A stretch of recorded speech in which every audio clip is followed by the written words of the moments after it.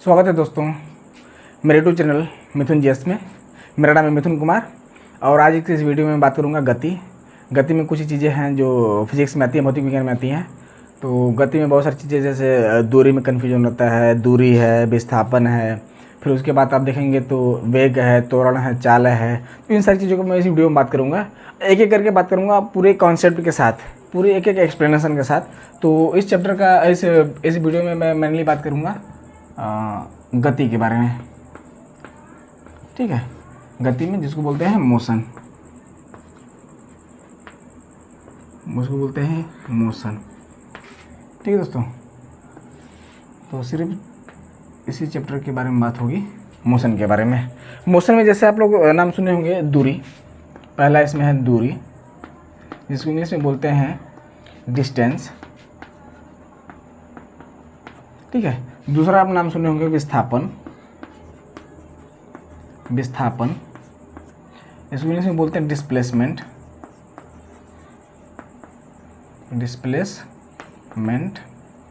ठीक है, और तीसरा होता है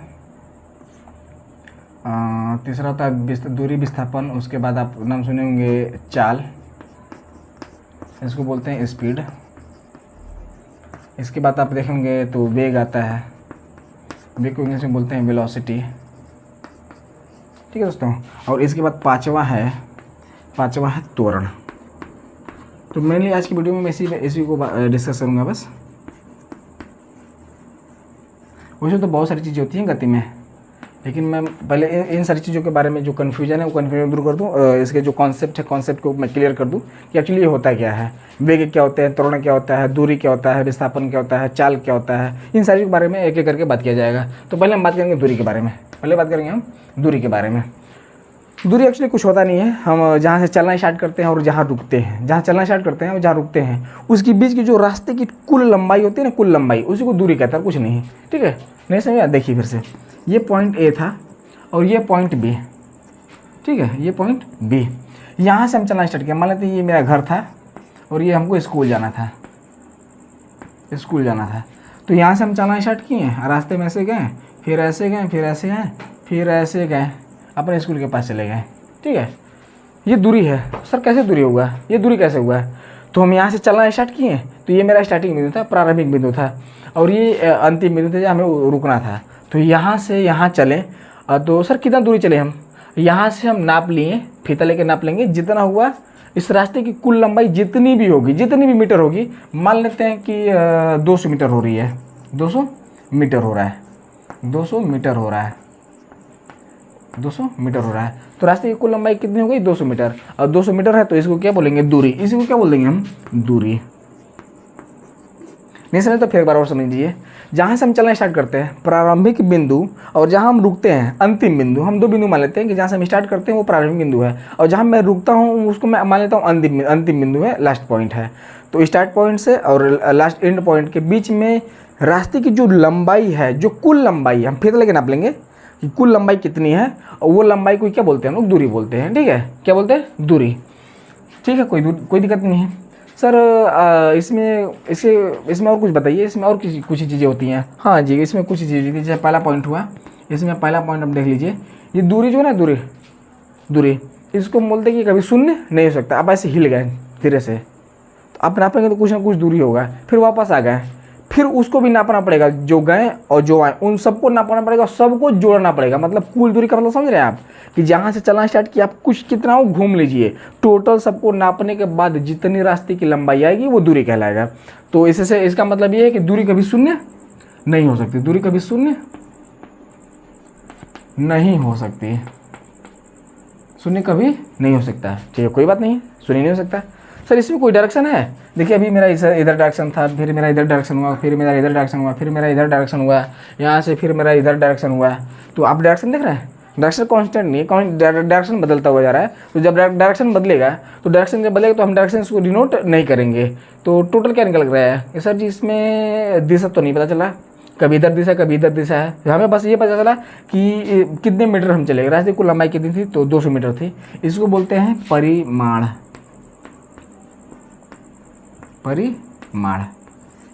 आप नाम सुने होंगे, सदिश राशि और अदिश राशि। तो सदिश राशि एक्चुअली क्या होता है? सदिश मतलब जिसके साथ साथ दिशा हो, परिमाण के साथ साथ क्या हो, दिशा भी हो, परिमाण के साथ साथ दिशा भी हो। और जब ये परिमाण के साथ साथ दिशा होती है इसको हम लोग बोलते हैं सदिश राशि। क्या बोलते हैं, सदिश राशि। आप लोग इस इंग्लिश में इसको ले लीजिए, इसको बोलते हैं वेक्टर क्वांटिटी, वेक्टर क्वांटिटी इसको बोलते हैं, सदिश राशि। ठीक है, इंग्लिश में इसको समझ लीजिए,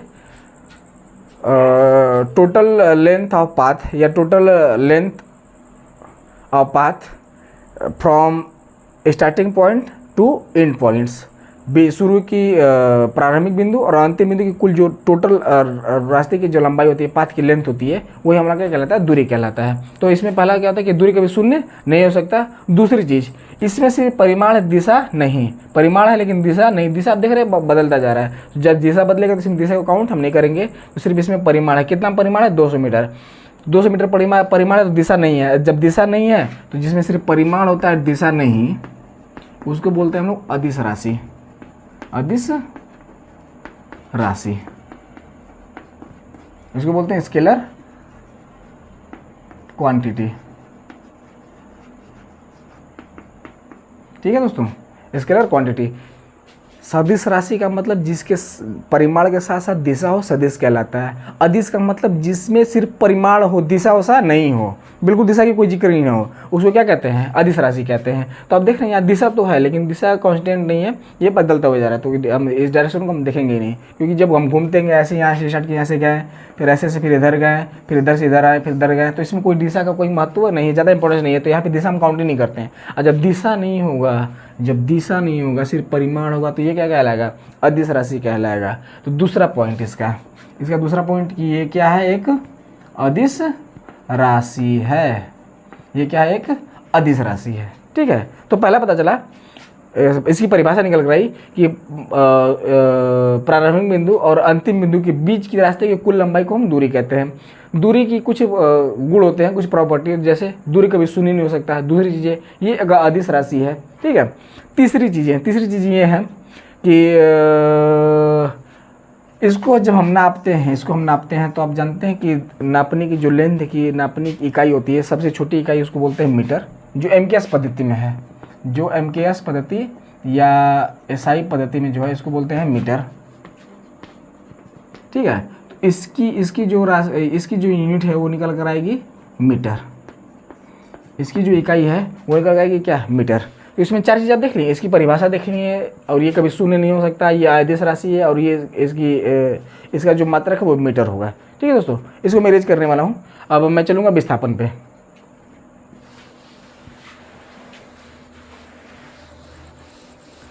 अब बात होगी विस्थापन की, दूरी हो गई।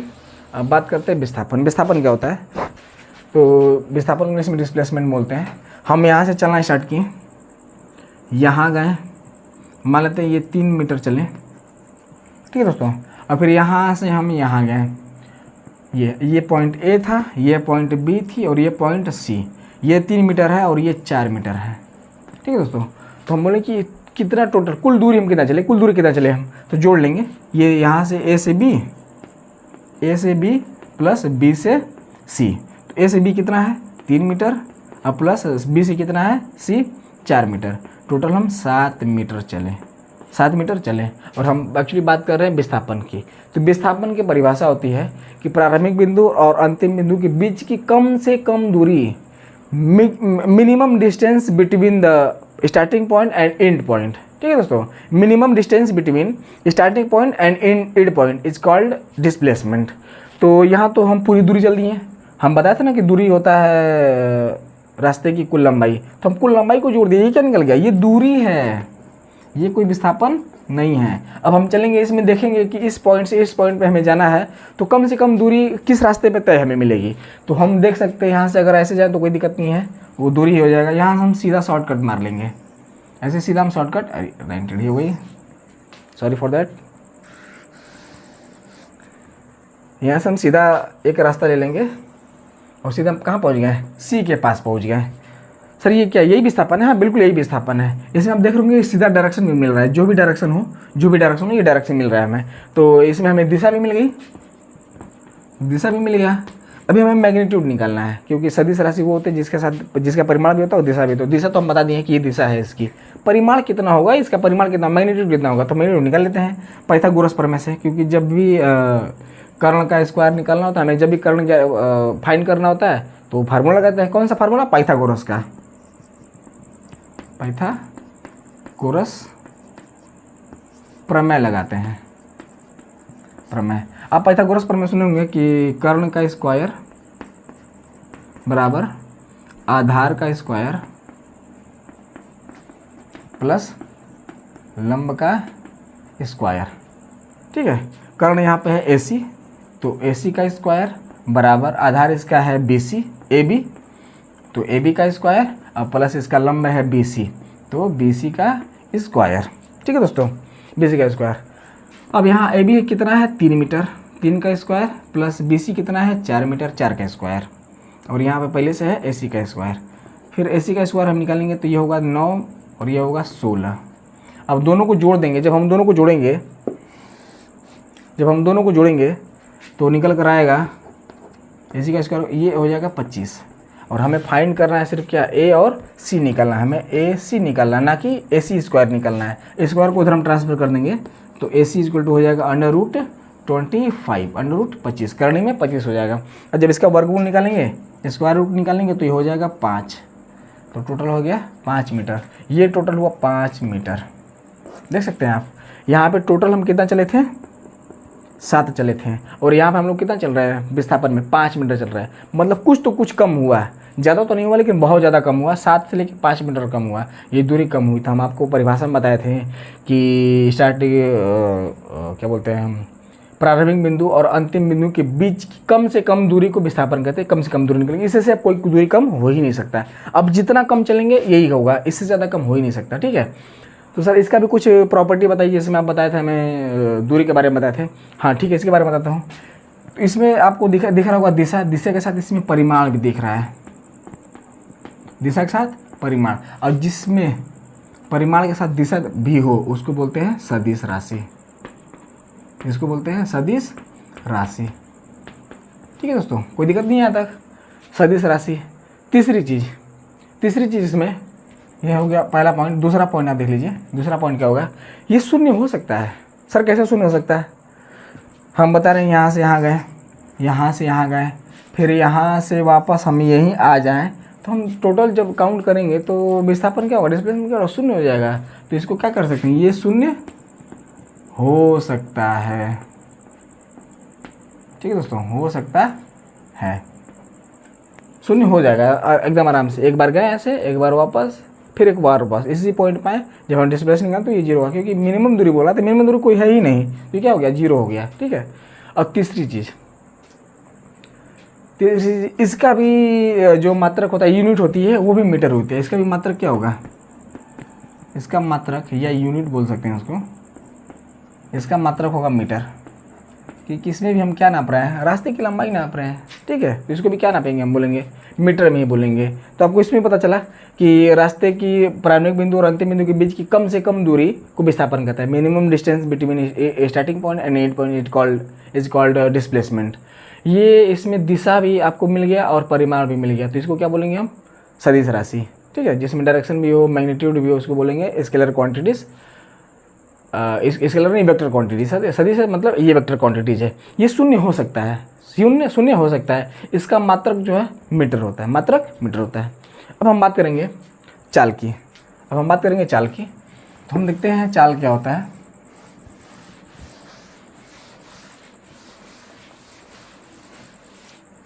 चाल क्या होता है, ठीक दोस्तों। तो चाल देखिए आप, चाल लिख देते हैं हम यहाँ पे। चाल को हिंदी में बोलते हैं स्पीड, इंग्लिश में बोलते हैं स्पीड। चाल बराबर होता है दूरी बटा में समय। ठीक है, स्पीड बराबर होता है डिस्टेंस अपॉन टाइम। ठीक है दोस्तों। तो सर इसकी परिभाषा कैसे बोलेंगे हम, तो आप देख सकते हैं कि कितना दूरी चला गया और कितना समय लगा। इसकी परिभाषा ऐसे निकल कर आती है, एकांक समय अंतराल में तय की गई दूरी को एकांक समय अंतराल में तय की गई दूरी को चाल कहते हैं। एकांक समय अंतराल में तय की गई दूरी को चाल कहते हैं। हम कितना रास्ता तय किए और कितना समय लगा हमें, इन दोनों के अनुपात को जब निकालेंगे तो ये चाल निकलेगा। तो आप इसमें देख सकते हैं कि यहाँ पे जब सर इसकी भी कोई क्वालिटी क्या है, बिल्कुल इसकी भी एक क्वालिटी है। इसकी क्वालिटी क्या है कि इसमें दूरी है और जहाँ दूरी आएगा वो अदिश राशि हो जाएगा, तो इसको भी क्या बोलेंगे, चाल क्या है, एक अदिश राशि है। दूसरी चीज़ यहाँ पे हम देखते हैं चाल कैसे निकालेंगे। तो मैं बोल दे रहा हूँ कि हम 10 मीटर चलें या 100 मीटर चलें, और 100 मीटर चलने में हमें 10 सेकेंड लगा, 10 सेकेंड लगा, 10 सेकेंड लगा। अब इसको जैसे डिवाइड करेंगे आप 10 मीटर, 10 मीटर। अब इसका चाल निकल कर आ गया, चाल निकल कर आ गया 10, इसका मात्रक हो जाएगा मीटर पर सेकेंड, मीटर पर सेकेंड इसका मात्रक हो जाएगा। ठीक है, तो चाल बढ़ाना है तो आपको स्पीड बढ़ानी पड़ेगी जितना, मतलब मैं क्या कहना चाहता हूँ कि ये चाल निकल कर कितना आ गया, 10 मीटर पर सेकेंड। अब हम बात करते हैं वेग की। तो वेग और चाल दोनों सेम है, लेकिन एक सदिश राशि और एक अदिश राशि है,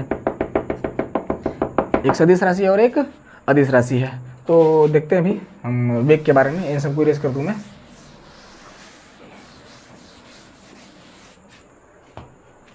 वेग के बारे में, वेग को इंग्लिश में बोलते हैं वेलोसिटी। वेग बराबर होता है विस्थापन बटे में समय, विस्थापन बटे में समय। इसको इंग्लिश में बोलते हैं velocity equal to displacement,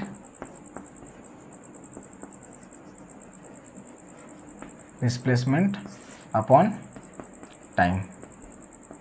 same वैसी इसकी डेफिनेशन भी सेम होगी, इसकी भी डेफिनेशन सेम होगी। एकांक समय अंतराल में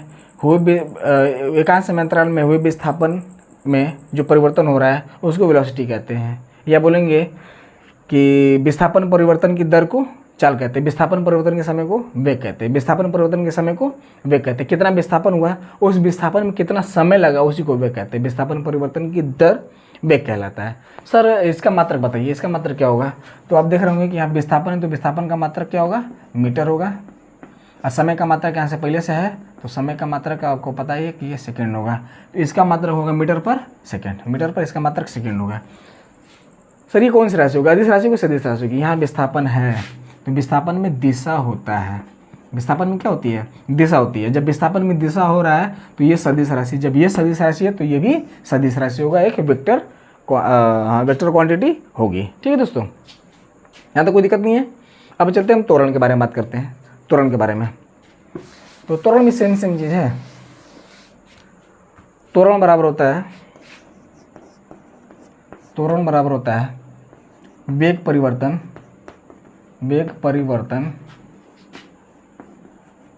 बटे में समय अंतराल, समय अंतराल। ठीक है दोस्तों, इसको इंग्लिश में बोलते हैं एक्सेलरेशन। सर वही एक्सेलरेशन हम बाइक पे चलाते हैं, हाँ सेम वही एक्सेलरेशन है। Acceleration equal to velocity, change in velocity, change in velocity upon time interval, time interval. ठीक है दोस्तों, सर इसकी परिभाषा बताइए। वेग में परिवर्तन की दर को त्वरण कहते हैं, वेग में परिवर्तन की दर को त्वरण कहते हैं। आप कभी कभी देखे होंगे बाइक चला रहे होते हैं तो रास्ते में जाम लगी रहती हो, तो हम लोग ऐसे एक्सीलेटर को ऐसे करते रहते हैं। जैसे जाम खत्म हुआ हम धीरे धीरे चला रहे होते हैं, दोस्त बोलेगा भाई क्या कर रहे हो, तेज चलाओ, हम तेज चला दिए, भागने लगा। तो हम उसमें क्या किए, वो एक समान वेग से चल रहा था, बाइक आराम से वेग से चल रही थी।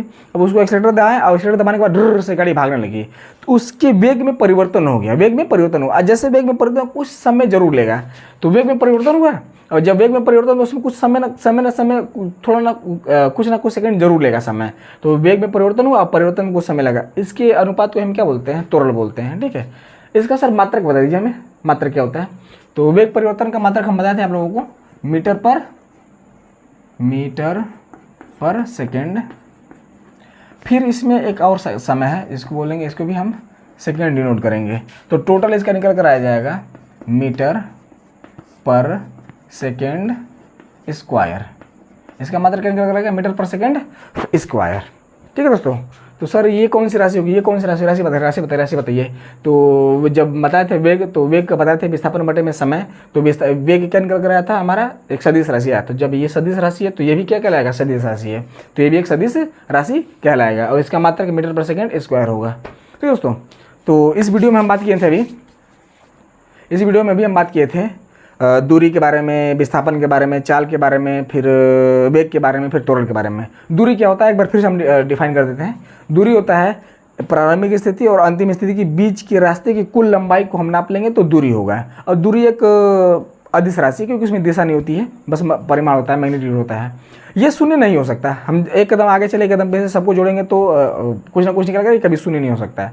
तीसरी चीज़, ये इसका जो मात्रक होता है, इसकी इकाई होती है वो मीटर होती है। फिर आपको हम दूसरा बताते हैं डिस्प्लेसमेंट। ठीक है, डिस्प्लेसमेंट मतलब विस्थापन। विस्थापन क्या होता है? प्रारंभिक स्थिति और अंतिम स्थिति के बीच कम से कम दूरी को हम बोलते हैं विस्थापन। और विस्थापन शून्य हो सकता है, विस्थापन शून्य हो सकता है। और विस्थापन एक सदिश राशि, क्योंकि इसमें निकल के दिशा भी निकल करती है, परिमाण पहले से रहता है और इसका भी जो मात्रक होता है, यूनिट होती है, वो मीटर होती है। उसके बाद हम बात की थे चाल। चाल बराबर होता है दूरी बटा में समय। ठीक है, दूरी बटा में समय। हम कोई दूरी चल रहे हैं, कितना उसमें समय लग रहा है, दोनों का अनुपात निकालेंगे तो ये चाल निकल कर आ जाएगा। फिर उसके बारे में बात किए थे वेग। वेग हम बताए थे कि वेग बताए थे हम विस्थापन परिवर्तन की दर। वेग बराबर विस्थापन बटे में समय। तो विस्थापन में कितना परिवर्तन हो रहा है और उस परिवर्तन में कितना समय लग रहा है, इसका अनुपात निकालेंगे तो वेग निकल जाएगा। और वेग का बताए थे कि वेग का जो मात्रक होता है मीटर पर सेकंड होता है और वेग भी एक सदिश राशि, क्योंकि विस्थापन है तो विस्थापन सदिश राशि है और ये भी एक सदिश राशि होगी। उसके बाद हम बताते हैं आप लोगों को त्वरण। तो त्वरण क्या होता है? वेग परिवर्तन बटे में समय अंतराल। वेग में कितना परिवर्तन हो रहा है, उस परिवर्तन में कितना समय लग रहा है, इन दोनों का अनुपात निकालेंगे तो ये त्वरण निकल कर आ जाएगा। और त्वरण भी एक सदिश राशि है और इसका मात्रक मीटर पर सेकंड स्क्वायर होता है। ठीक है दोस्तों। तो अगर ये वीडियो आप लोगों को अच्छा लगा हो तो मेरे वीडियो को लाइक करिएगा, सब्सक्राइब करिएगा, शेयर करिएगा। और आपको कोई भी डाउट हो तो हमें कमेंट बॉक्स में कमेंट करिए और जो भी पढ़ाया जा रहा है उसको आप नोट करते रहिए, नोट्स बनाते रहिए। ठीक है दोस्तों, जय हिंद।